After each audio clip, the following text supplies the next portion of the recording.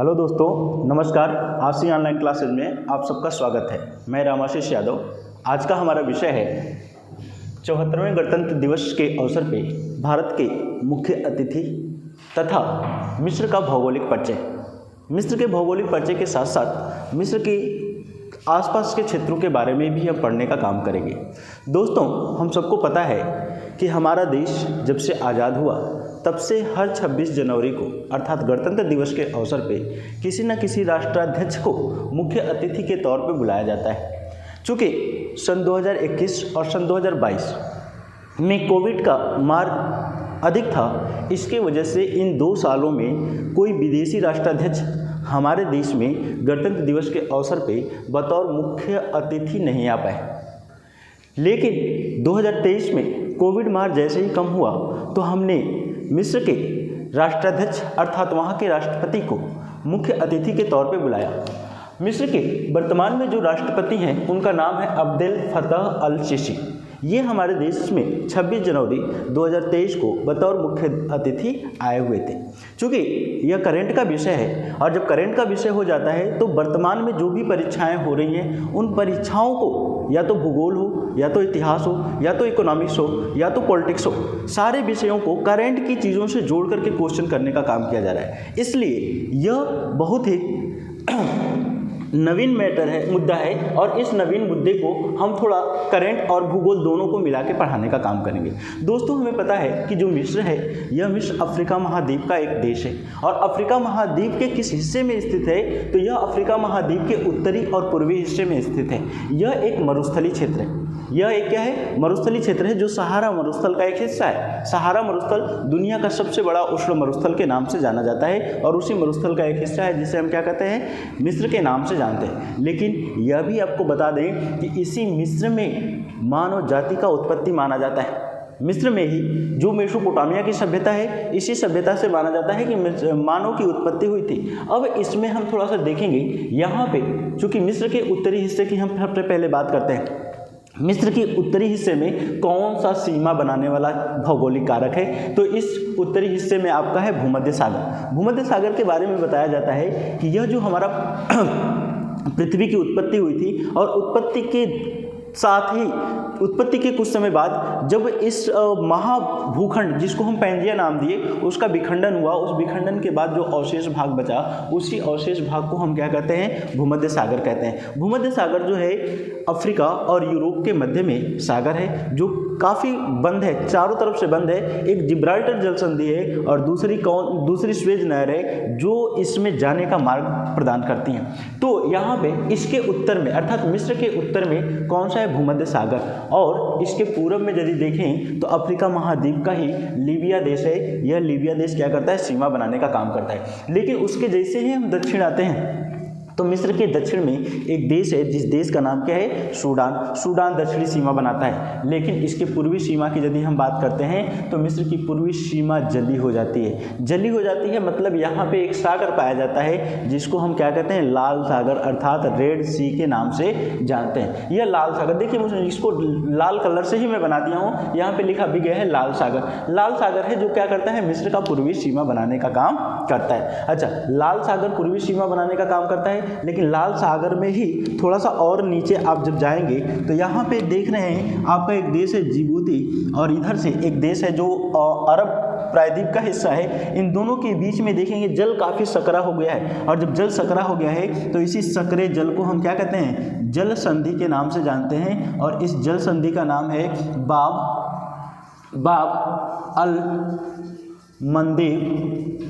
बाब अल मंदेव जल संधि। यह जो है बाब अल मंदेव जल संधि है और यह बाब अल मंदेव जल संधि किन 2 जल राशियों को जोड़ने का काम करता है? तो उत्तर में कौन सा है? लाल सागर और दक्षिण में कौन सा है? अदन की खाड़ी। अर्थात अदन की खाड़ी को लाल सागर से जोड़ने वाले जल संधि को हम क्या कहते हैं? बाब अल मंदेव जल संधि। लेकिन पृथक किसको करता है? तो यहाँ पे है आपका जिबूती और इधर कौन सा है?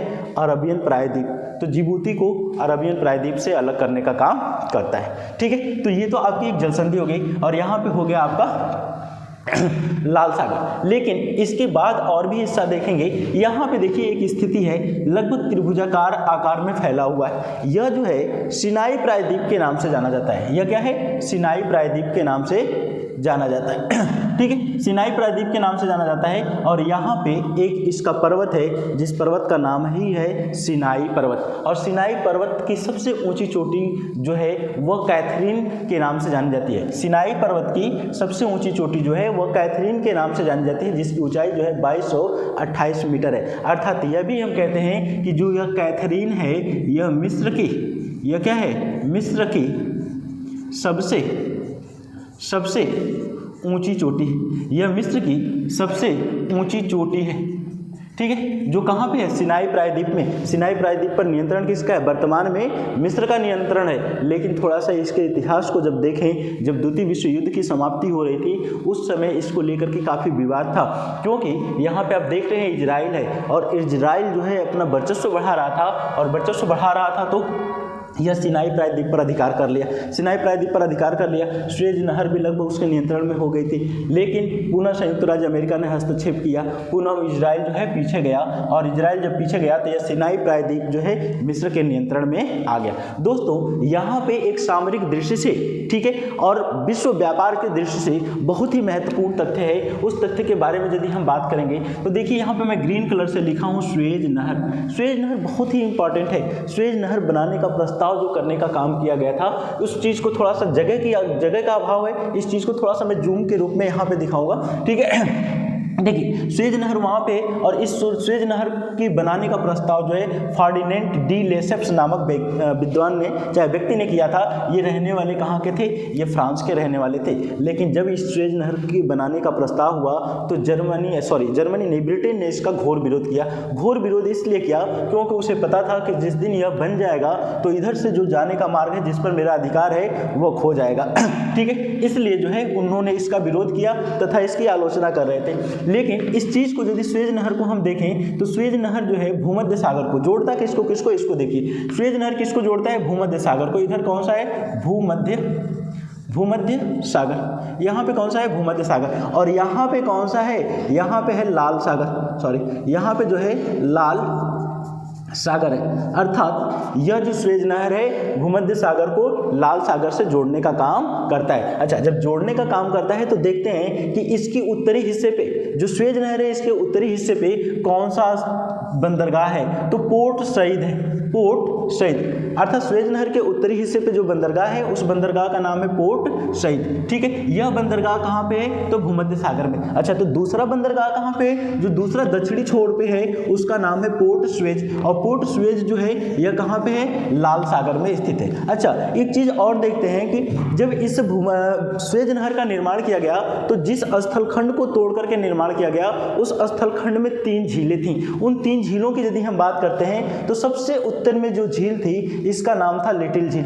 उसके नीचे जो दक्षिण में झील थी इसका नाम था टिम्सा झील, और उसके नीचे सबसे दक्षिण में जो झील थी इस झील का नाम था ग्रेट बीटर झील। अर्थात सुएज नहर के निर्माण के समय 3 झीलों को काट करके, अर्थात 3 झीलों को जोड़ करके तथा कुछ स्थलखंडों को काट करके क्या किया गया? भूमध्य सागर को लाल सागर से मिलाया गया। और जब भूमध्य सागर को लाल सागर से मिलाया गया तो यही जो जलीय भाग बना, इस जलीय भाग को क्या नाम दिया गया? सुएज नहर नाम दिया गया। अच्छा, सुएज नहर से संबंधित कुछ और चीज़ों की यदि हम चर्चा करते हैं तो सुएज नहर की लंबाई की बात करेंगे। सुएज नहर की जो लंबाई है वह लगभग स्टार्टिंग में इतना नहीं थी, स्टार्टिंग में कम थी, लेकिन बाद में इसको बढ़ाया गया। सुएज नहर की लंबाई हो गई 193.3 किलोमीटर। कितना? 193.3 किलोमीटर इसकी लंबाई हो गई। इसकी चौड़ाई की यदि हम बात करते हैं तो इसकी चौड़ाई लगभग 205 मीटर है। इसकी चौड़ाई लगभग कितनी है? 205 मीटर। तथा इसकी गहराई की यदि हम बात करेंगे तो गहराई 24 मीटर है, लगभग 70-75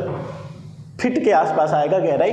ठीक है, इसकी गहराई जो है 24 मीटर गहरी है। ठीक है, जिससे क्या हो सके? बड़ी जहाजें भी आसानी से निकल सकें। तो यह सुएज नहर है। सुएज नहर बहुत ही इंपॉर्टेंट हो जाता है। दूसरी चीज देखते हैं, स्वेज नहर पे नियंत्रण किसका था? ब्रिटेन का, क्योंकि ब्रिटेन ने लगभग स्वेज नहर के जो शेयर थे उसको खरीद लिया था और 99 साल के लिए लीज पे अपने पास रख लिया था। 99 साल के लिए लीज पे रख लिया था, इसलिए इस पे नियंत्रण किसका हो गया? ब्रिटेन का। लेकिन द्वितीय विश्व युद्ध के बाद जैसे ही मिस्र स्वतंत्र हुआ, चूंकि इस पर भी नियंत्रण ब्रिटेन का ही था, जैसे ही यह स्वतंत्र हुआ तो स्वतंत्रता के बाद जो है यह समझौता था कि स्वतंत्र द्वितीय विश्व युद्ध के बाद इसको स्वतंत्र कर दिया जाएगा। जैसे ही यह स्वतंत्र हुआ तो यह पूरा हिस्सा जो है मिस्र के अधिकार में आ गया तथा स्वेज नहर भी उसके अधिकार क्षेत्र में आ गया। जैसे ही स्वेज नहर उसके अधिकार क्षेत्र में आया तो स्वेज नहर का राष्ट्रीयकरण कर दिया गया। स्वेज नहर का राष्ट्रीयकरण यहाँ पे मैं लिख दे रहा हूँ, स्वेज नहर का राष्ट्रीयकरण सन 1956 में किया गया। ठीक है, सन 1956 में स्वेज नहर का राष्ट्रीयकरण, अर्थात राष्ट्रीयकरण का मतलब क्या हो जाता है कि वह संपत्ति या वह स्थान या वह क्षेत्र चाहे जो कुछ भी हो वह राष्ट्र के अधिकार क्षेत्र में आ जाता है। अर्थात यह जो स्वेज नहर बनी वह मिस्र का अधिकार हो गया, वह मिस्र के राष्ट्र में आ गया। तो इस पर राजस्व, इससे जो राजस्व की प्राप्ति होती थी वह राजस्व किसको मिलेगी? मिस्र को मिलेगा।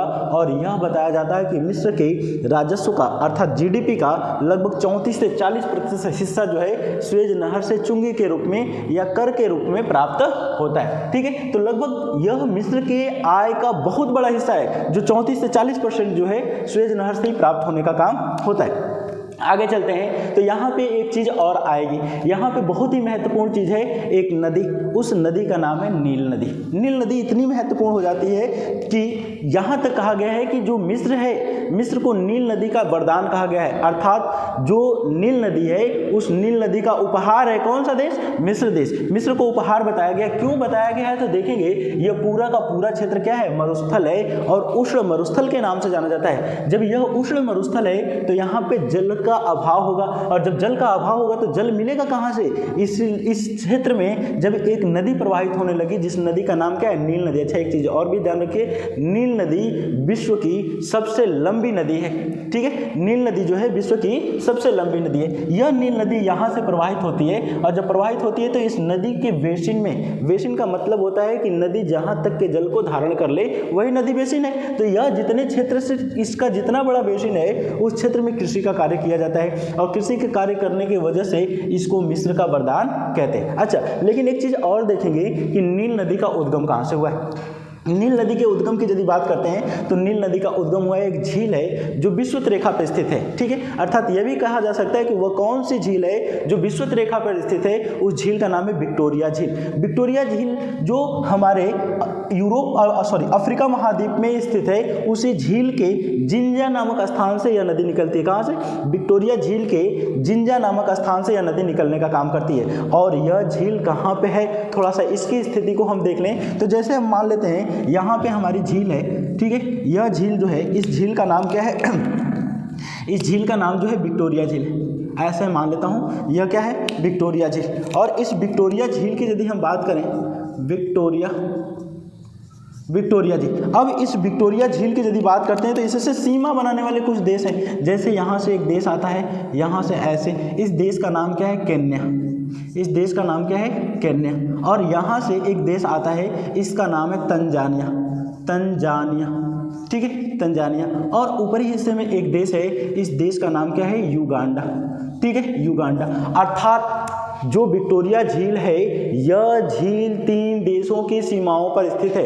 अर्थात 3 देश जो है विक्टोरिया झील की सीमा बनाते हैं। चाहे विक्टोरिया झील जो है 3 देशों की सीमा बनाता है। ठीक है, तो वे कौन से हैं? केन्या, तंजानिया और युगांडा। इन तीनों की सीमा पर स्थित यह झील है। अच्छा, एक चीज और देखेंगे, यहीं से होकर के एक रेखा हमारी गुजरती है जिसको हम क्या कहते हैं? विषुवत रेखा। इसको हम बृहद वृत्त कहते हैं, इसको इक्वेटर कहते हैं, इसको ग्रेट सर्कल कहते हैं, इसको विषुवत रेखा के नाम से भी जानते हैं, जो हमारे पूरे पृथ्वी को 2 बराबर भागों में बांटता है, उत्तरी गोलार्ध और दक्षिणी गोलार्ध। ठीक है, तो यह जो विषुवत रेखा है, यह विषुवत रेखा विक्टोरिया झील से गुजरने का काम करता है। अच्छा, इसी विक्टोरिया झील में एक स्थान है जिस स्थान का नाम क्या है? जिंजा। जिंजा। इस जिंजा नामक स्थान से, देखिए यहाँ पे मैं लिखा भी हूँ, कहाँ गया, यहाँ पे देखिए, यहाँ पे हरे कलर से मैं लिखा हूँ जिंजा। जिंजा नामक स्थान से नील नदी का उद्गम होता है। लेकिन क्या नील नदी नील के नाम से ही उद्गम होती है? तो नहीं, यहाँ पे इसका नाम होता है श्वेत नील, अर्थात नील नदी का उद्गम श्वेत नील के नाम से होता है। और यह श्वेत नील यहाँ से निकलती है युगांडा, युगांडा से जाती है सूडान, और सूडान से जाती है मिस्र, और मिस्र से जाकर के काहिरा और अलेक्जेंड्रिया के क्षेत्र में क्या करती है? एक डेल्टा बनाती है। और वह डेल्टा किस प्रकार का होता है? तो वह डेल्टा होता है चापाकार प्रकार का डेल्टा। चापाकार डेल्टा का निर्माण करती है और अंततः भूमध्य सागर में मिल जाती है। लेकिन इसकी एक महत्वपूर्ण और शाखा है। उस शाखा की यदि हम बात करते हैं तो वह शाखा है नीली नील, ठीक है। अर्थात नील नदी का उद्गम दो धाराओं के मिलने से हुआ है, एक श्वेत नील और दूसरी नीली नील। तो श्वेत नदी का उद्गम तो मैं बता दिया विक्टोरिया झील, लेकिन नीली नील का उद्गम जो है एक हमारा हॉर्न ऑफ अफ्रीका का देश है जिसको इथोपिया के नाम से जानते हैं। अच्छा, इथोपिया नाम आया है तो एक चीज़ और आपको बता दें, इथोपिया को कहवा की आदि भूमि, कहवा की आदि भूमि मतलब कहवा का उत्पादन जो है वहाँ पे सबसे पहले हुआ, ठीक है। तो कहवा की आदि भूमि के नाम से जानते हैं इस इथोपिया को। और उसी इथोपिया में एक झील पाई जाती है जिस झील को टाना झील के नाम से जानते हैं। कौन सी झील? यहाँ पे देखिए मैं ब्लू कलर से लिखा हूँ टाना झील। यह टाना झील जो है कहाँ पे? इथोपिया में। और यही टाना झील से एक नदी निकलती है जो इथोपिया, और इथोपिया से पुनः कहाँ जाती है? सूडान। और सूडान में खार्तूम नामक स्थान पे, देखिए यहाँ पे मैं खार्तूम लिखा हूँ, खार्तूम नामक स्थान पे नीली नील तथा श्वेत नील दोनों आपस में मिलती हैं और मिल करके क्या करती हैं? नील नदी का जन्म दे, नील नदी का नाम लेती हैं। और नील नदी पुनः कहाँ पहुँचती है? मिस्र में। और जैसे ही मिस्र में पहुँचती है तो यहाँ पे एक बांध बना दिया गया है नील नदी पे। नील नदी पे जो बांध बनाया गया है, इस बांध को नाम दिया गया आसवान बांध। कौन सा? आसवान बांध। और आसवान बांध जो बनाया गया है उसके पीछे एक बड़ी सी झील निर्मित की गई है। उस झील का नाम क्या है? नासिर झील। इस झील का नाम क्या है? नासिर झील, ठीक है। और इस नासिर झील से क्या किया जाता है? नहरें निकाल करके, ठीक है, आसपास के क्षेत्रों में सिंचाई का कार्य किया जाता है, जिससे इस क्षेत्र में खेती या कृषि का कार्य आगे चल रहा है, ठीक है। यह झील आगे जाती है और देखिए नील नदी के किनारे डेल्टाई क्षेत्रों में ही क्या है? मिस्र की राजधानी काहिरा स्थित है। और यह नदी भूमध्य सागर में गिरने से पहले जो डेल्टा बनाती है उस डेल्टा का नाम है चापाकार डेल्टा। और एक चीज देखेंगे, प्राचीन काल का प्रमुख शहर, प्राचीन काल का प्रमुख शहर जिसको अलेक्जेंड्रिया के नाम से जानते हैं, वह नील नदी के डेल्टाई क्षेत्रों में ही स्थित है। यह कहाँ पे स्थित है? नील नदी के डेल्टाई क्षेत्रों में, ठीक है। तो दोस्तों आज का हमारा वीडियो इतना ही रहेगा, लेकिन एक चीज़ और है, इसको जितना हमने पढ़ाया है उसको एक रिविजन के रूप में देख लें। एक रिविजन के रूप में थोड़ा सा जल्दी जल्दी देखने का काम करेंगे, ठीक है। सबसे पहले हमने आपको क्या पढ़ाया यह कि जो हमारा 74वां गणतंत्र दिवस था, उस दिवस पे हमारे देश के मुख्य अतिथि के तौर पे कौन आए? तो हमारे देश के मुख्य अतिथि के तौर पे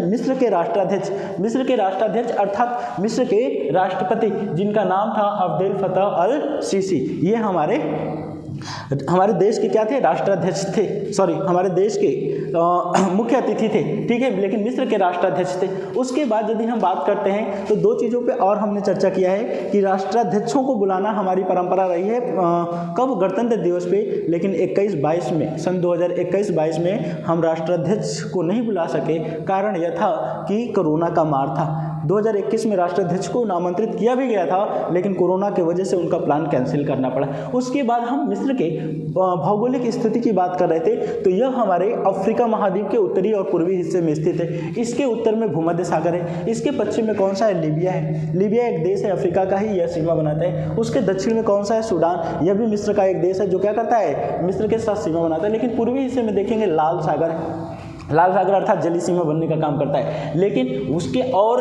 थोड़ा सा हम उत्तर चलते हैं तो मिस्र का ही एक हिस्सा है जिसका नाम क्या है? सिनाई प्रायद्वीप। और सिनाई प्रायद्वीप और मिस्र एक छोटे से स्थल से जुड़े हुए थे, लेकिन उस स्थल को काट करके क्या किया गया? फ्रांस के सहयोग से एक नहर का निर्माण किया गया, जिस नहर को नाम दिया गया स्वेज नहर। स्वेज नहर की यदि हम बात करते हैं तो इसका निर्माण देख लेते हैं, यह चीज़ छूट ही गया था। स्वेज नहर के निर्माण की यदि हम बात करते हैं तो 1858-59 से प्रारंभ होता है और पूर्ण कब होता है? यह पूर्ण होता है सन 1869 को पूर्ण हो जाता है। मतलब लगभग 10 साल लग गए सुएज नहर को बनाने में, और जब 10 साल लग गए तो 10 साल में बन करके तैयार हुआ। तो इसको देखते हैं, इसके उत्तरी हिस्से में भूमध्य सागर है, अर्थात यह नहर किसको जोड़ रही है? भूमध्य सागर को किससे जोड़ रही है? लाल सागर से। अर्थात भूमध्य सागर में जो बंदरगाह है उसका नाम है पोर्ट सई, लाल सागर में जो बंदरगाह है इसका नाम है पोर्ट सुएज। इसमें 3 झीलें हैं, सबसे उत्तर में लिटिल, बीच में कौन सा है? टिमसा, और सबसे दक्षिण में कौन सा है? ग्रेट बीटर झील है। इस नहर की लंबाई की यदि हम बात करते हैं तो 193.3 किलोमीटर, चौड़ाई की बात करते हैं तो 205 किलोमीटर, और गहराई की बात करते हैं तो लगभग 24 मीटर गहरी यह पाई जाती है नहर। उसके बाद हम आगे बात किए हैं नील नदी की। नील नदी की जो हम बात किए हैं, नील नदी का उद्गम कहाँ से हुआ? विक्टोरिया झील। विक्टोरिया झील के किस स्थान से हुआ है? जिंजा नामा। यह जो है सबसे पहले कहाँ जाती है? युगांडा। युगांडा से कहाँ जाती है? सूडान। सूडान से कहाँ जाती है? मिस्र। और मिस्र से कहाँ जाती है? भूमध्य सागर में जाकर के क्या करती है? अपना डेल्टा बना लेती है। लेकिन इसकी एक सहायक नदी है, और वह सहायक नदी कौन सी है? इथोपिया के टाना झील से निकलती है, जिसका नाम है नीली नील। लेकिन जो विक्टोरिया झील से निकल रही है उसका नाम क्या था? श्वेत नील। यह दोनों जाकर के सूडान के खार्तूम नामक स्थान पर मिलती हैं, और खार्तूम नामक स्थान पर मिलकर के यह नील नदी को जन्म देती है। मिस्र में जैसे ही यह नदी पहुंचती है तो कुछ दूर चलने के बाद इस पर एक बांध बना दिया गया है, जिस बांध का नाम क्या है? आसवन बांध। आसवन बांध के किनारे जो उसके पीछे जो निर्मित झील है उस झील का कौन सा नाम है? नासिर झील। और यह जाकर के लास्ट में चापाकार डेल्टा बनाती है, और चापाकार डेल्टा बनाती है, और इसी के किनारे काहिरा और अलेक्जेंड्रिया, अलेक्जेंड्रिया एक प्राचीन शहर था मिस्र का, ठीक है, वहां पे जाकर के अपना डेल्टा बनाने का कार्य करती है। अगला हमने बात किया है कि यहाँ पे सिनाई प्रायद्वीप है। सिनाई प्रायद्वीप पर वर्तमान में नियंत्रण किसका है? मिस्र का। लेकिन सन 1956 के बाद जो है वहाँ पे पहले नियंत्रण इजराइल का हो गया था, लेकिन यूएसए के हस्तक्षेप के कारण इसको पुनः नियंत्रण मिस्र का हो गया। और एक चीज़ देखेंगे, यही सिनाई प्रायद्वीप पे एक पर्वत है जिसका नाम क्या है? सिनाई पर्वत। और इस पर्वत की सबसे ऊंची चोटी जो है उसका नाम क्या है? कैथरीन। कैथरीन मिस्र की सबसे ऊंची चोटी है, और मिस्र की सबसे ऊंची चोटी होने के साथ इसकी ऊंचाई को यदि देखें तो 2285 मीटर है। कितनी ऊंचाई है? 2285 मीटर। दोस्तों एक चीज़ पे और हम चर्चा कर ले रहे हैं, प्रायद्वीप किसको कहते हैं? तो प्रायद्वीप वह भूखंड होता है जिसके 3 तरफ से जल होता था, एक तरफ से स्थल हो, अर्थात वह भूखंड जिसकी सीमा 3 तरफ से जली और एक तरफ से स्थली हो, उस भूखंड को ही हम प्रायद्वीप के नाम से जानते हैं। दोस्तों आज के लिए इतना ही। यदि हमारी क्लास पसंद आए तो उसे लाइक करें, शेयर करें और सब्सक्राइब करें। धन्यवाद।